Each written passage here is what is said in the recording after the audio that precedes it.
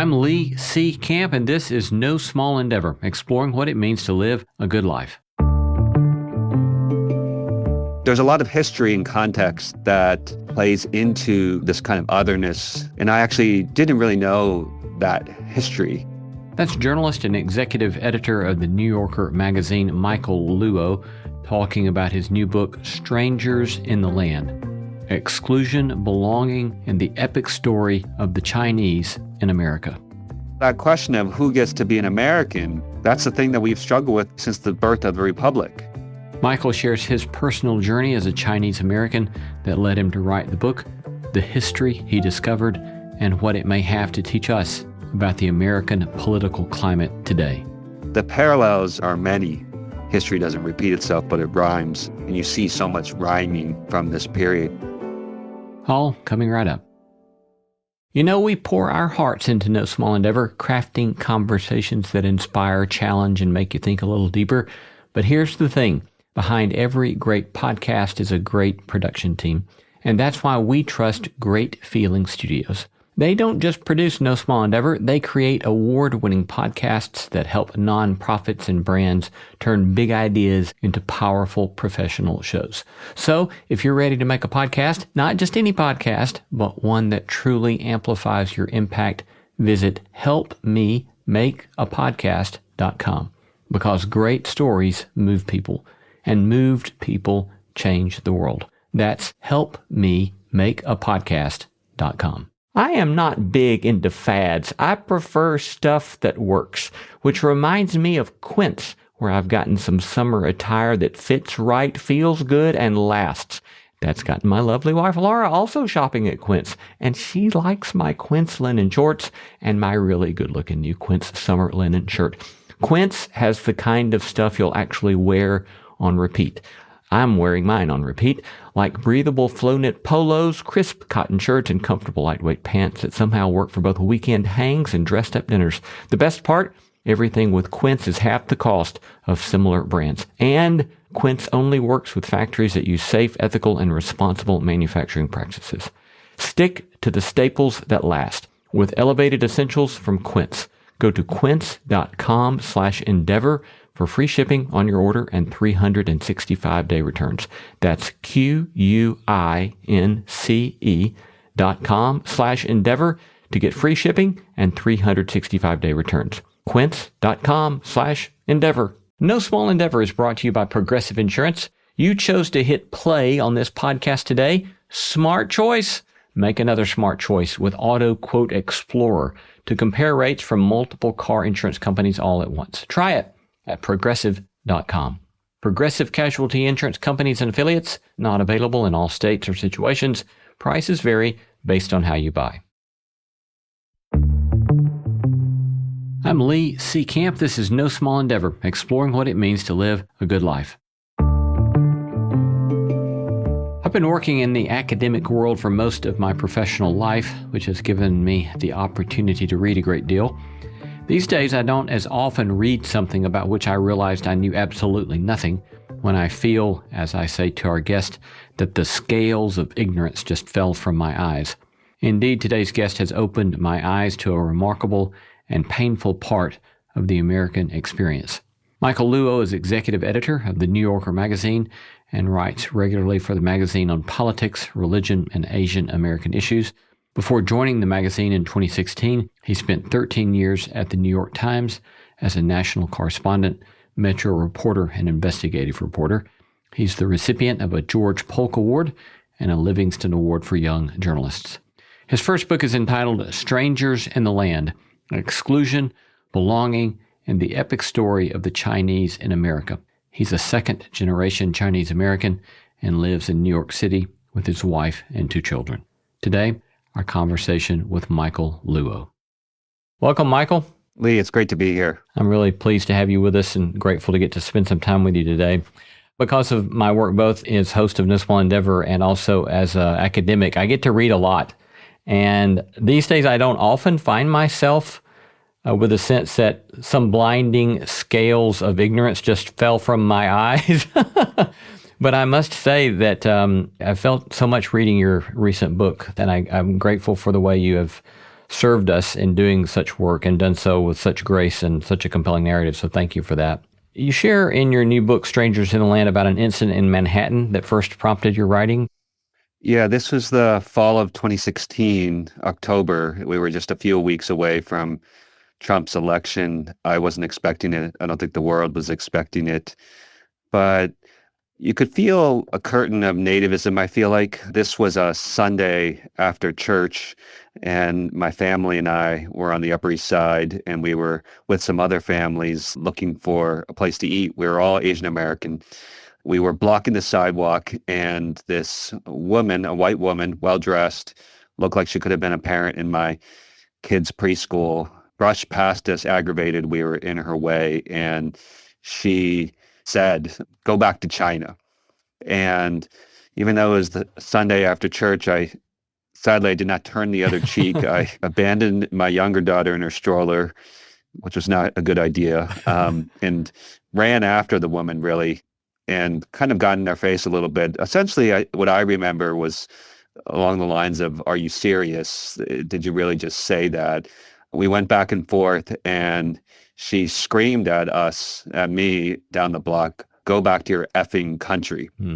And I was trying to think of what to say. The adrenaline is rushing, and I was trying to think of something smart. And I said, "I was born in this country." This is yelled, screamed down the sidewalk. And I tweeted about this. It was kind of in the heyday of Twitter, and I was live tweeting what happened. And I used this hashtag, "This is 2016, trying to make the point of we're in the year 2016 and this is still happening. And I ended up writing a piece for the New York Times where I worked at that point about this incident. And at the encouragement of an editor, I wrote it as an open letter to her. And I wrote about this feeling, the sensation of otherness that is common in the Asian American experience. And I also wrote about this feeling of sadness that I had as I walked away that day with pushing my younger daughter in her stroller and having my older daughter next to me. They're 2 generations removed from my parents' immigrant experience. My parents came in the 1960s to the United States from Taiwan. They had fled mainland China when in the communist takeover. So that means my kids are 2 generations removed. And yet I was wondering and thinking about whether they'll ever feel like they truly belonged in this country. And that piece, rather extraordinarily, we published it and it became its own viral thing. The next day, the top editors of the New York Times decided to publish it on the front page of the newspaper, which is an extraordinary decision given the subject and given the format of the piece. And that generated its own, it's almost like I felt like it was several weeks of conversation about race in America and being Asian American. And I talk about how this moment, which is an ordinary moment, but because of the platform I have, turned into a larger conversation. I joked about how for a couple of weeks, I felt like I was the face of Asian America. I was on panels, I was doing interviews on MSNBC. It really resonated, this open letter. The Times also shot a video, or actually put together a video where they asked people from around the country to send in videos direct to camera of their own experiences with this kind of incident, and it generated its own outpouring.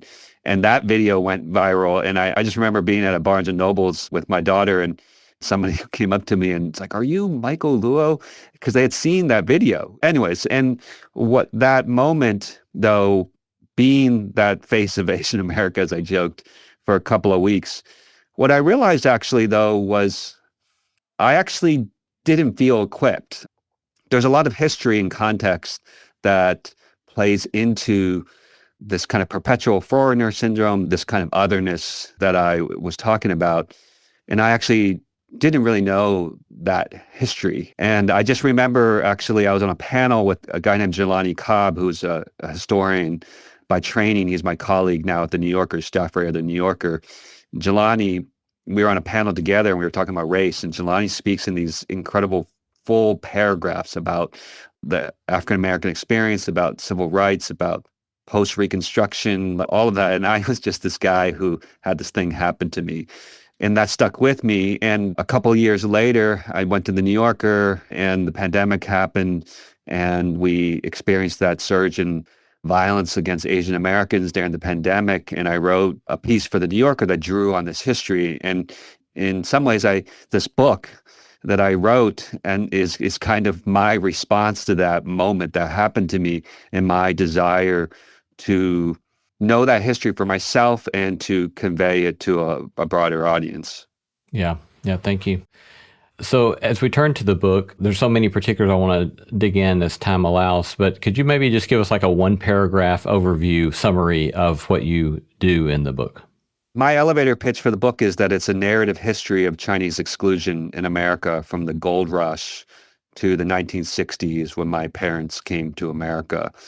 The Chinese immigrants started to come to the United States in large numbers in the gold rush, and it was this global migration, all these people from European backgrounds to Black Americans to Chinese to there are these people called Californios who are Mexican settlers of California.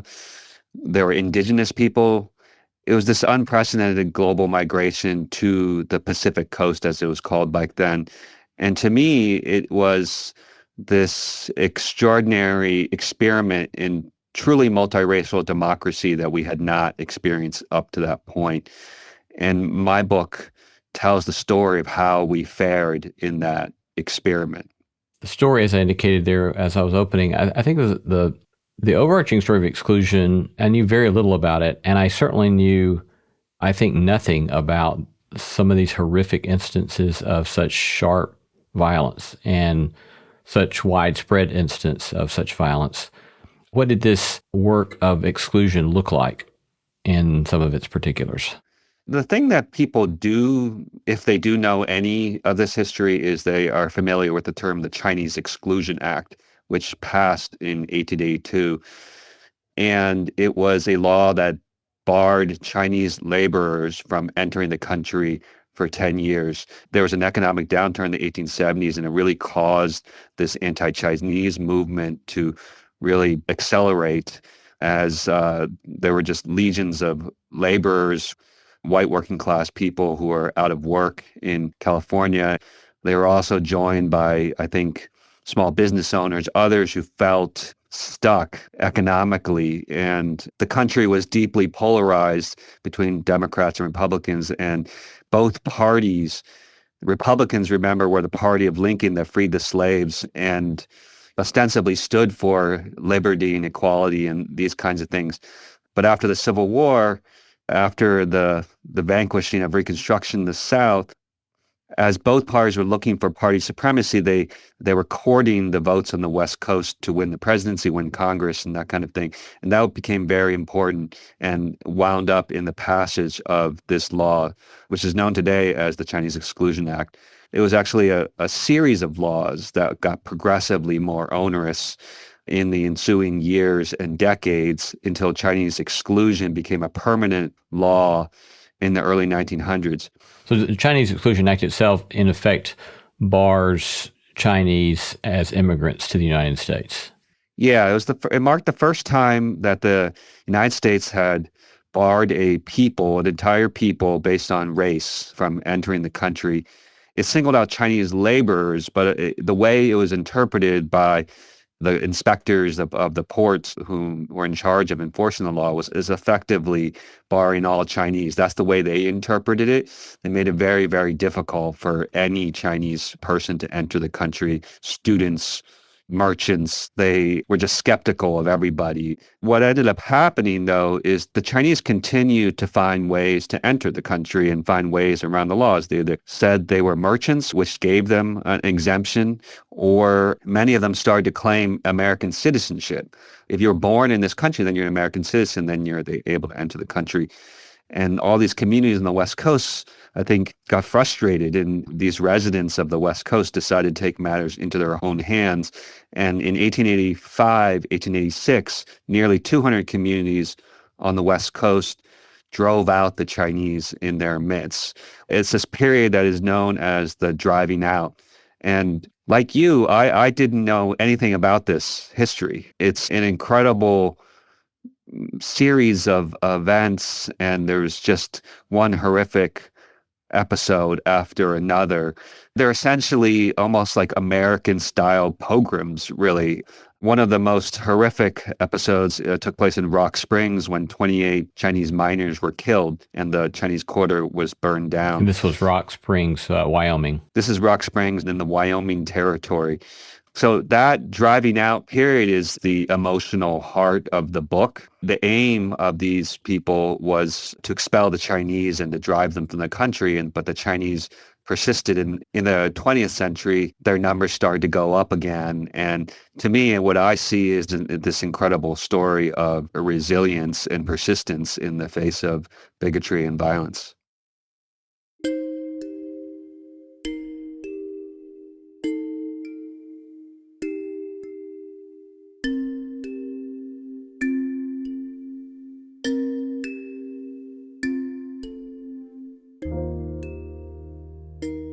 Some of the parallels, it seems, between the 1870s, 80s, and our own day are just really remarkable. Well, rather than me recite them, what do you see as some of the most significant parallels between actual policies that were implemented in the 1870s and 80s and policies that are being experimented with again today?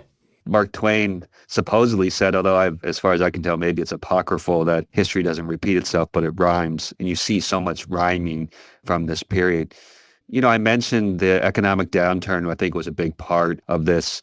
This was the early days of the labor movement. A lot of the people who led the anti-Chinese movement were labor leaders, and they railed against corporate power and corporate greed and that kind of thing. But at the heart of their message was this scapegoating of a people.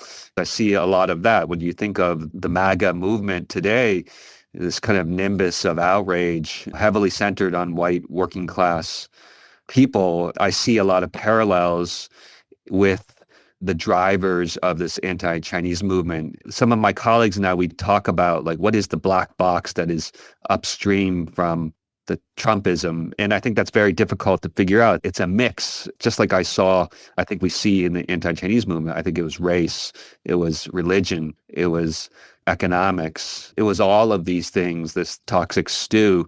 We're in an anti-immigrant moment right now. There was talk then, actually, of mass deportations, and actually ran into the same practical problems that mass deportations today would run into, which is they didn't have the money to do this. There actually was this moment.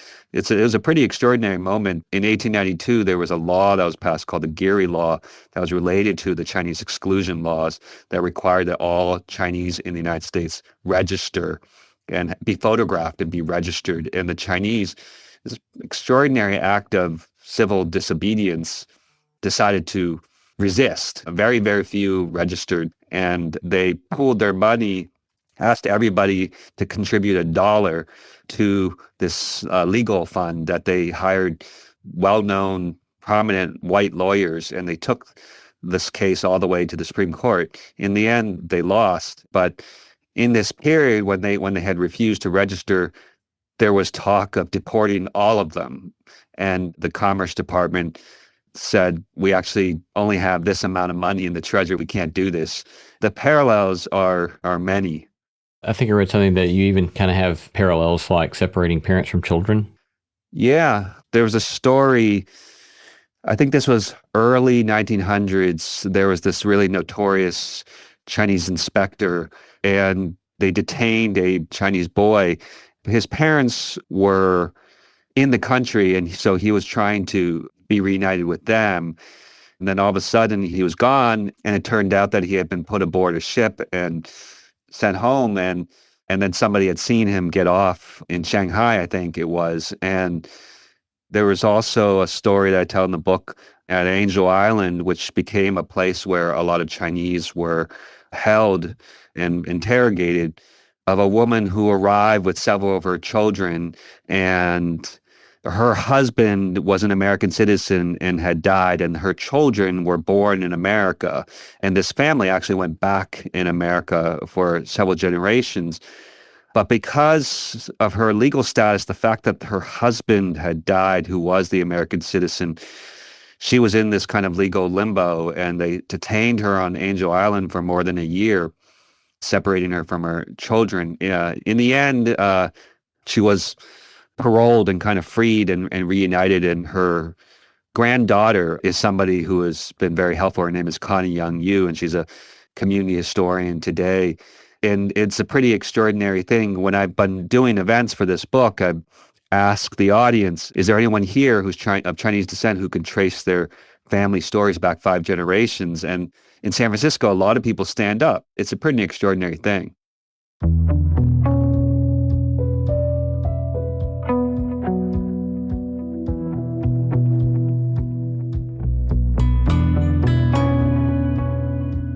You're listening to No Small Endeavor. I'm at a conversation with journalist and author Michael Luo on his new book, Strangers in the Land: Exclusion, Belonging, and the Epic Story of the Chinese in America. I love hearing from you. Tell us what you're reading, who you're paying attention to, or send us feedback about today's episode. You can reach me at lee@nosmallendeavor.com. We would be most delighted if you'd tell your friends about No Small Endeavor and invite them to join us on the podcast, because it helps us extend the reach of the beauty, truth, and goodness we are seeking to sow in the world. Coming up, Michael and I discuss the history of birthright citizenship, misplaced anxieties around immigration, and the great American experiment.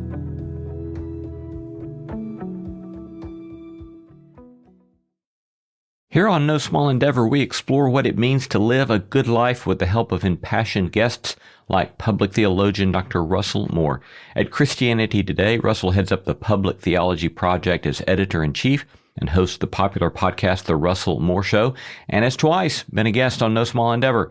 On The Russell Moore Show, Russell hosts the likes of Pulitzer Prize-winning author Marilyn Robinson, musician Andrew Peterson, and former Governor John Kasich, along with other authors, artists, and politicians doing good work in the world, looking for signposts of the work of God in troubling times. So make The Russell Moore Show part of your weekly listening routine. Follow and listen to The Russell Moore Show wherever you get your podcasts. Lately, my lovely wife, Laura, and I have been trying to clean up the way we do a lot of our chores and errands to simplify our lives. And so one of the ways we've tried to do that is to clean up the way we shop for groceries. And so recently we gave Thrive Market a shot. And honestly, we're a big fan. You can get the same high quality brands you love, but for less and without compromising your standards. They actually ban over 1,000 ingredients that are still allowed in U.S. products. And the site is super easy to shop. You can filter by diet, like gluten-free, paleo, keto, low sugar, vegan, so you're not wasting time reading every label. It's not just food. Thrive has supplements, household items, and clean beauty too. All vetted and all way more affordable than you or I expect. And the shipping, fast and carbon neutral. Head over to thrivemarket.com/endeavor to get 30% off your first order and a free $60 gift. That's thrivemarket.com/endeavor, thrivemarket.com/endeavor. This week, one of my colleagues was asking about how I was liking cassava, and I replied, very much. She knew I had an extra stock at hand and asked if there were any way she could try some, and I said, no, I like it too much, so much so that it engendered my selfishness. I'm serious. I look forward to the occasions I get to enjoy my cassava whole body meal shake, and beneath the great taste is great stuff, keeping body and mind nourished all day. I continue to be especially pleased that every serving has 25 grams of plant protein, and that with every 2 scoops of cassava you get 85 plus superfoods, nutrients, and plant-based ingredients. I typically use it as a meal replacement or a mid-afternoon boost before heading to the YMCA for a workout. You can try cassava risk-free with their Love It guarantee. Fuel your day with cassava. Go to cassava.com and use code ENDEAVOR for 15% off your next order. That's cassava, KACHAVA.com, code ENDEAVOR for 15% off. Now, if they could just make a shake for the soul to make me less selfish. So the 14th Amendment following the Civil War establishes birthright citizenship for all former slaves born in the U.S. And yet there's an exclusion here as well for Chinese Americans where they're not allowed to claim birthright citizenship in the United States. That was another thing that just kind of blew my mind. Because again, that's a story that I was just completely unaware of.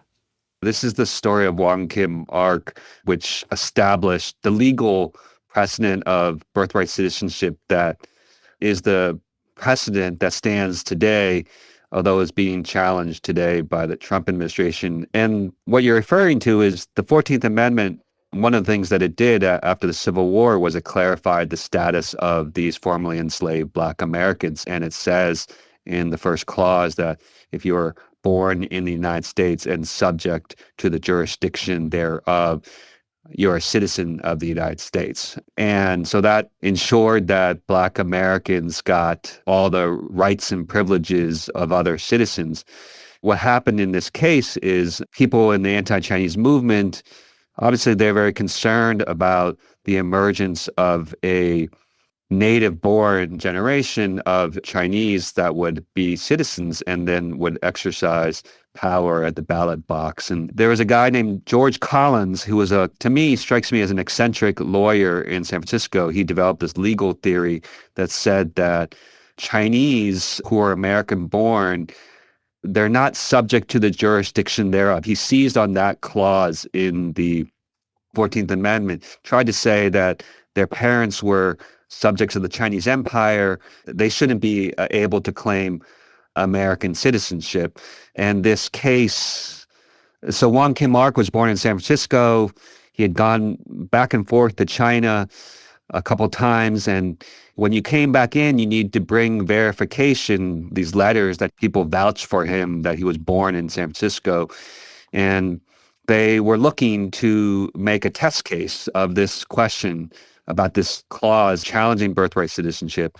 And again, it went to the Supreme Court, and the Supreme Court affirmed birthright citizenship. And it was interesting, when you read the decision, it's very dense with all kinds of common law precedent and things like that. And the justice who wrote the majority opinion pointed out that if they didn't affirm birthright citizenship based on this principle, there would be millions of descendants of white European immigrants whose citizenship would be come into question. And that was just beyond the pale, unacceptable. And so that was a really important linchpin of this decision.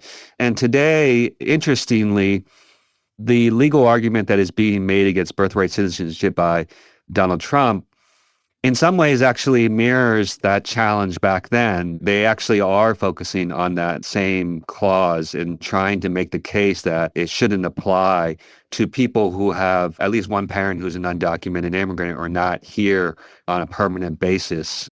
You noted a moment ago the parallels in economic anxieties between the late 1800s and our own day and the way in which that has yielded anti-immigrant sensibilities.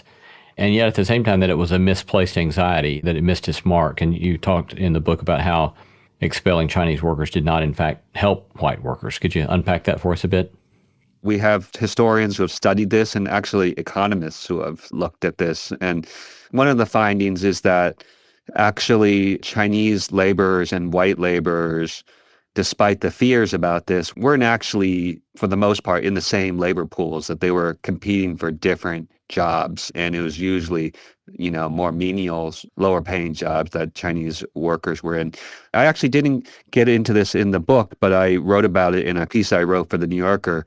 More recently, there has been some economists who have actually taken advantage of aggregated economic data, and they've looked across all the states, the Western states, that had a fair number of Chinese workers, and they looked at the outcomes for white workers after Chinese exclusion passed, and they found actually the economic outcomes were not better, and it actually didn't turn out to be a good thing for white workers. Which mirrors some of the studies today that talk about the importance of immigrants in the American economy today.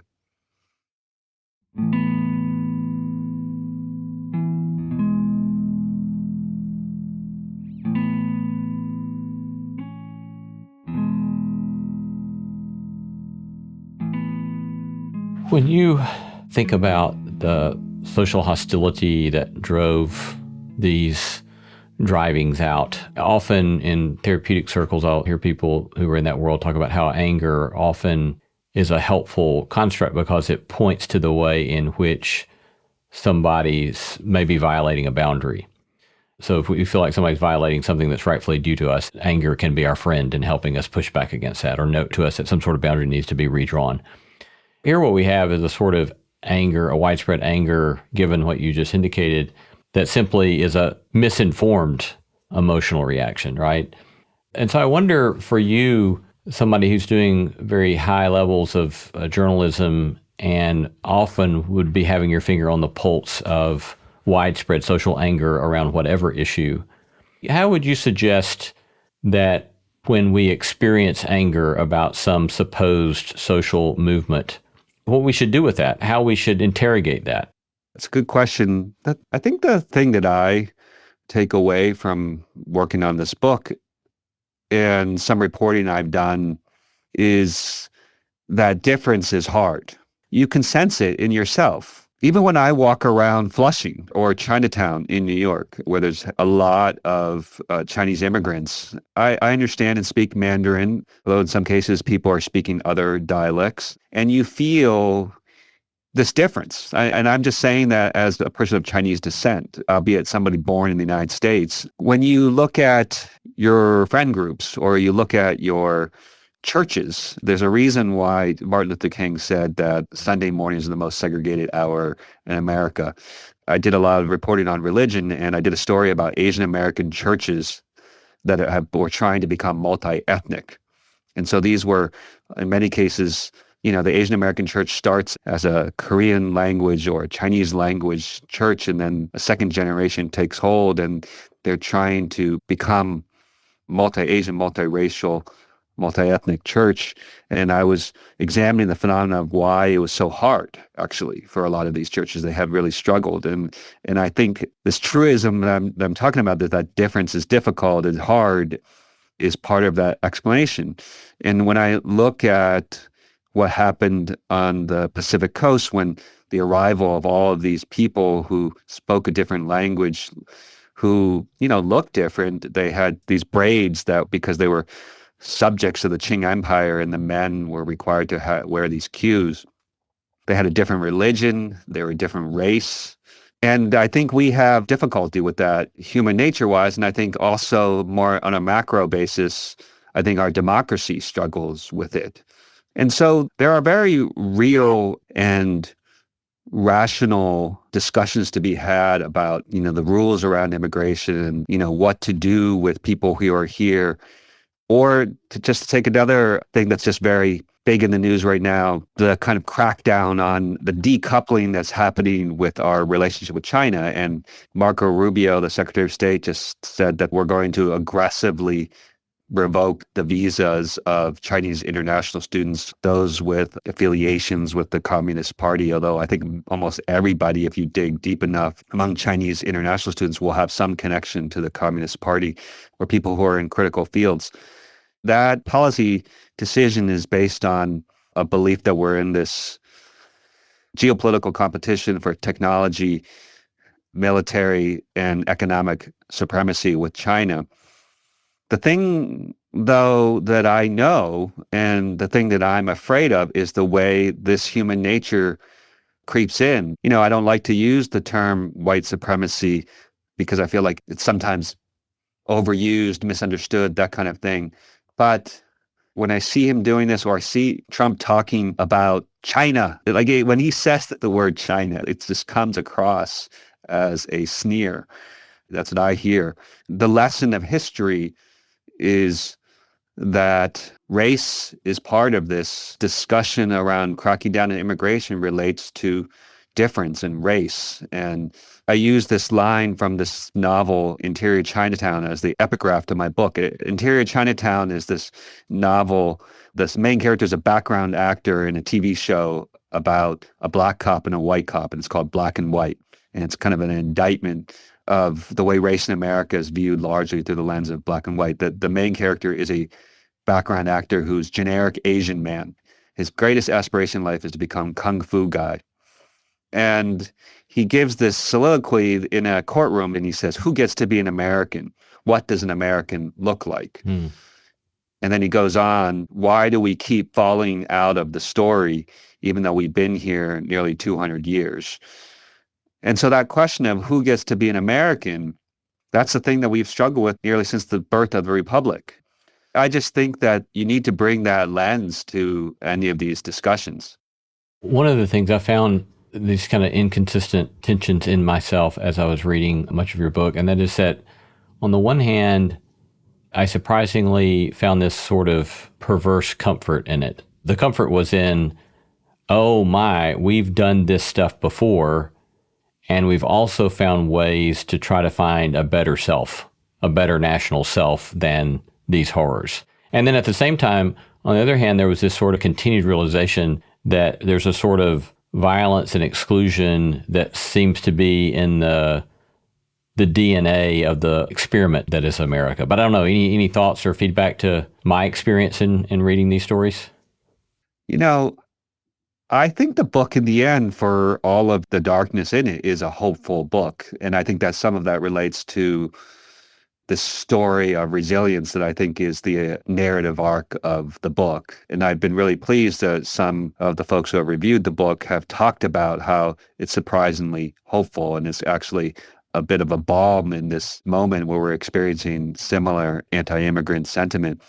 I think that the way that you're reacting to the book is what I was trying to do. I was hoping that I could pull off as a storyteller, and two, something that others can relate to. The other part of that you sense this kind of cyclical nature of things, and how this story of America, we keep failing this test, but it's also, we're working towards that more perfect union. People have asked me, are you optimistic? And I've struggled with it because we have failed this test again and again. I mean, the Chinese question was being debated at the same time as Reconstruction was being eradicated in the South. Indigenous peoples were being expelled and killed in the West. And all of these histories continue to refract an American life. I guess I feel like we have no choice but to lean in and keep working at it and being intentional about it. We can't afford to throw up our hands.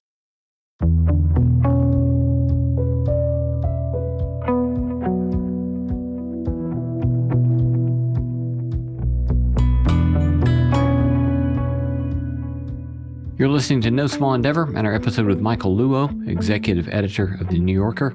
If you missed a portion of this interview or would like to have access to the complete unabridged version, you can follow our podcast wherever you listen. Coming up is a short break.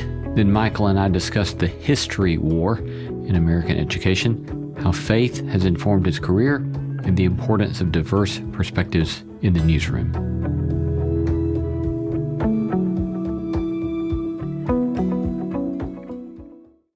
If you, like me, find yourself fascinated, sometimes unsettled by the ways fear and faith intersect in American life, let me recommend a podcast I think you'll appreciate. It's called Devil and the Deep Blue Sea. It's a deeply reported series that dives headfirst into the satanic panic of the 1980s and 90s, a time when politics, religious fervor, and flawed memory converged, and the results sent innocent people to prison, tore apart communities, and shaped a generation's understanding of evil. What makes this podcast compelling is not just the history, but it's the lens through which it's told. The hosts ask hard questions about how pastors, therapists, and law enforcement got swept up in a moral panic and what it means for us today. Devil and the Deep Blue Sea is a production of Christianity Today. All episodes are available to binge listen right now, so don't miss out. Listen to Devil and the Deep Blue Sea wherever you get your podcasts. This episode is brought to you by LifeLock. Between two-factor authentication, strong passwords, and a VPN, you try to be in control of how your info is protected.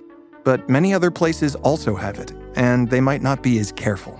That's why LifeLock monitors hundreds of millions of data points a second for threats. If your identity is stolen, they'll fix it, guaranteed, or your money back. Save up to 40% your first year. Visit LifeLock.com/podcast for 40% off. Terms apply. This podcast is brought to you by Carvana. Got a car to sell but no time to waste? Hop on to Carvana.com to get a real offer for your car in seconds. All you have to do is enter your license plate, answer a few quick questions, and if you accept the offer, Carvana will pay you as soon as you hand the keys over. They even offer same-day pickup in many cities. Save your time, score some cash, and sell your car the convenient way to Carvana. Pickup times vary. Fees may apply. I grew up in Alabama and went to college, studied computer science, decided I was going to go to seminary. And so I moved out to Texas to go to seminary in West Texas in Abilene. And my first year in seminary, I'm listening to a professor do some lecturing on the American Civil Rights Movement. And it starts talking about this episode of the firebombing of a bus in Alabama. And I start digging around and I realize that that infamous bus firebombing happened about 15 miles, 20 miles from where I grew up.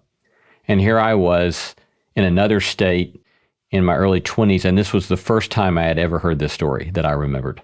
And so I was just shocked at my ignorance of this that so many people in the country knew, and yet there I was growing up there and didn't know it. It happened the year before I was born. And so then I'm reading the stories that you share of episode after episode of horrific violence, and it's completely new to me.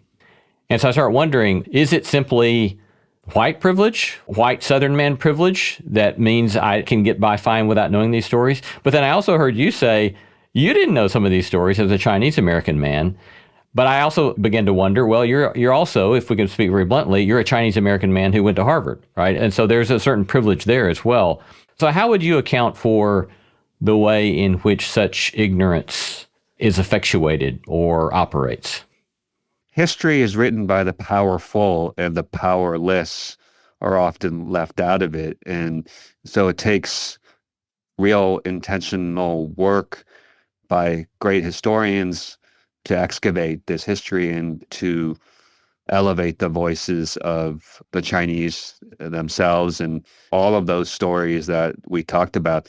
I feel like in the last couple of years there have been some big histories about Indigenous people and Native American history that have made their way into the public consciousness, and they're trying to make that intervention that this history of Indigenous people, Native Americans, is part of American history.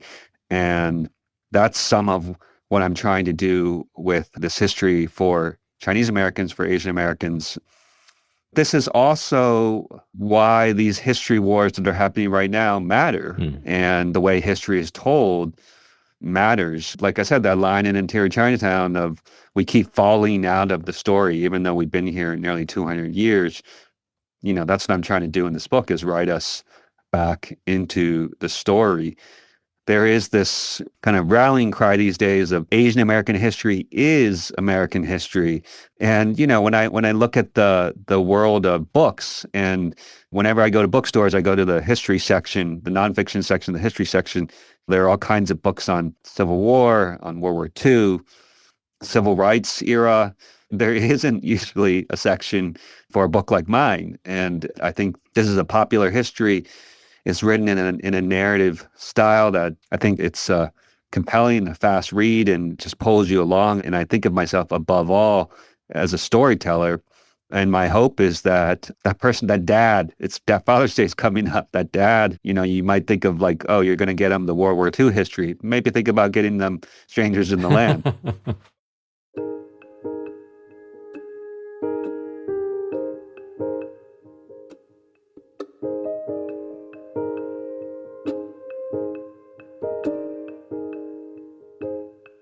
I understand that you became a Christian as an undergraduate at Harvard, and I'm wondering how, if at all, that factored into your decision to become a journalist.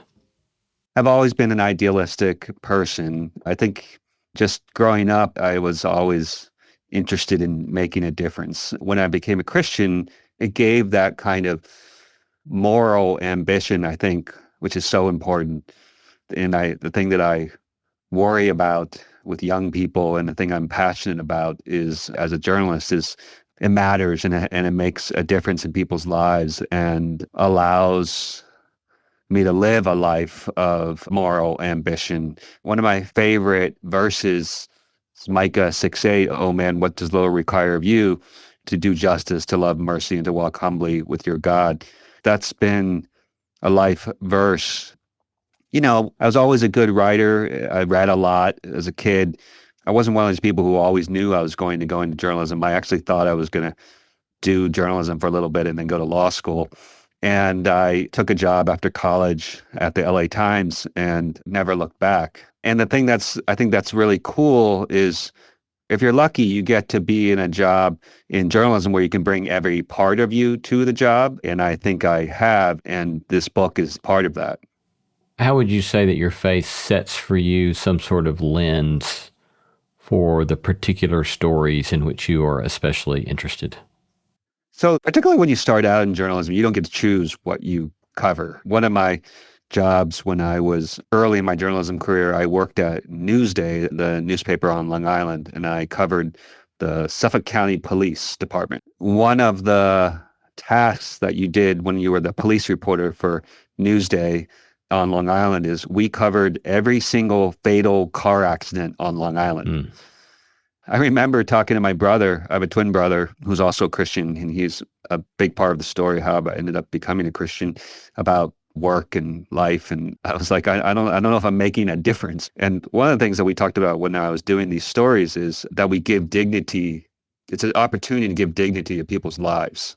And I started thinking about writing those stories about car accidents where people died and as essentially being a professional obituary writer as a chance to give dignity to people's lives. I think there's a lot of journalism where you get a chance to do that. When you get further along in your journalism career, your career can go a lot of different directions and you get choices about what you cover. And I became an investigative reporter. And that is a job where every single day you can feel great sense of moral purpose. I wrote a story early in my career that won me some awards about 3 poor Black people with low IQ who were in prison in Alabama for killing a baby that probably never existed. It's very complicated to explain, but the woman who was accused of killing this baby had her tubes tied, and so it's highly unlikely that she had been pregnant. And so it was a story about forced confession. And the series that I wrote ended up resulting in 2 or 3 of them being freed, and one of them stayed in prison on some unrelated charge. It's a great privilege to be able to, every single day that you go to work, to feel a sense of purpose. Have you felt any particular tensions between your faith and the work that you do as a journalist, either as an editor at making editorial decisions or in writing itself? The question that I'm always asked is sort of like, oh, like you've worked at the New Yorker or you worked in the New York Times. These are secular, cosmopolitan kind of institutions. And like, what is it like to be a person of faith in that kind of environment? And certainly there have been times when I've experienced the kind of stereotyping of what Christians are and what they believe, and there's some tension there. The thing that I've actually found is the places that I've worked have really valued people who come from all different walks of life, and that's really important for newsrooms as they cover America and the world. And early on when I was at the New York Times, this was soon after they had this scandal involving a reporter named Jason Blair who had made up all these stories, and there was a big effort to improve the credibility of the New York Times, and there was a committee that was formed to do this. And it ended up sort of just looking at a lot of what the Times does. And it talked about this report. They talked about how they needed diversity in all its forms, whether it's people who go to church, whether it's people who are in the military, people of different racial and ethnic backgrounds. So what I have found is that people value that part of what I bring to the job, just in the way that when I look to hire people, I'm looking for people of all different kinds of backgrounds and experiences and skills, and I look for people who have surprising and interesting backgrounds. You've written some about pluralism, and so obviously from some Christian context, pluralism is seen perhaps as an enemy to be vanquished, and yet you've made the case that pluralism ought to be seen as a social good. So describe for us briefly how you see your own Christian faith and a endorsement, encouragement of pluralism a matter of consistency. In the democratic project, you need to be able to find ways to allow people to bring them their full selves. There's this project run by a guy named Michael Luo called the Center for Christianity and Public Life. And there's another effort that I've written about called the After Party.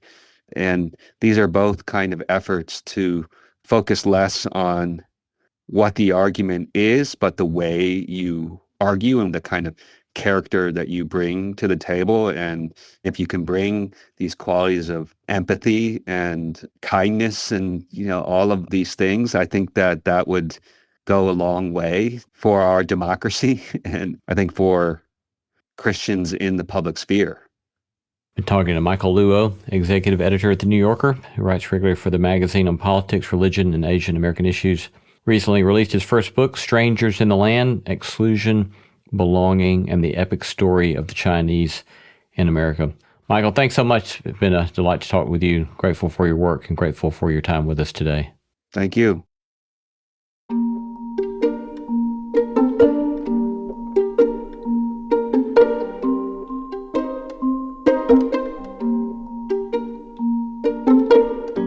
If I had had more time to extend this remarkable conversation with Michael Luo, I would have loved to discuss more the importance of interrogating our own anger.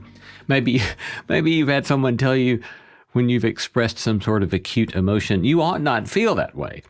And perhaps you've discovered just how annoying that can be. What do you mean I ought not feel that way? I feel what I feel. I cannot simply choose to feel otherwise.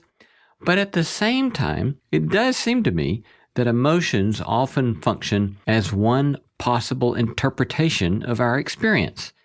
Now, if this is true, there seems to be a place to interrogate our emotions, to interrogate our anger, to ask why we are feeling any particular given emotion in response to any particular experience. And Michael's storytelling helped me realize again that there may be certain cases of widespread social anger that are simply grounded in a faulty interpretation of facts, data, and social phenomena. A conversation worth having at great length. So far as practices that were highlighted in this conversation with Michael, practices that might facilitate our pursuit of a good life, two in particular stood out. First is doing the hard work of historical excavation. When I raised instances of coming to realize my own historical ignorance of, say, key episodes of the American Civil Rights Movement or of similarly horrific episodes in the history of treatment of Chinese Americans, you heard Michael in his reply. He said, history is written by the powerful and the powerless are often left out of it. And so it takes real intentional work by great historians to excavate this history. What he didn't say, but what I think is obvious, is that it also takes real intentional work by those of us who are not historians to learn the heavy stories that our neighbors and fellow citizens may be carrying with them, which we may never know unless we ask them, unless we do some excavation of those historical realities ourselves. And as Michael said, difference is hard. But that difference may be better navigated if I've expended some sort of time learning the stories that my neighbor may be carrying. And by doing that, my own life becomes richer. I learn more. I have a fuller table of cultural riches to enjoy more, laugh more, delight more. And then last was Michael's implicit nod to resilience. Yes, there is a dogged and persistent historical rhyming of darkness and exclusion that occur again and again and again in history. But there are just as often remarkable exemplars of resilience. The darkness doesn't have to win, that it's possible to continue to face the forces of exclusion, to continue to insist upon one's own humanity, to keep believing in one's own possibilities and one's own community's possibilities, and keep on going. That's just one small take on today's episode with Michael Luo.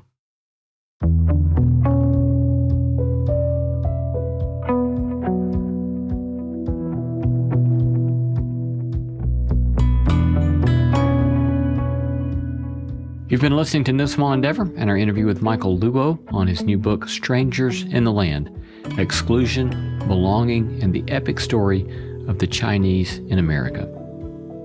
We gratefully acknowledge the support of Lilly Endowment Incorporated, a private philanthropic foundation supporting the causes of community development, education, and religion.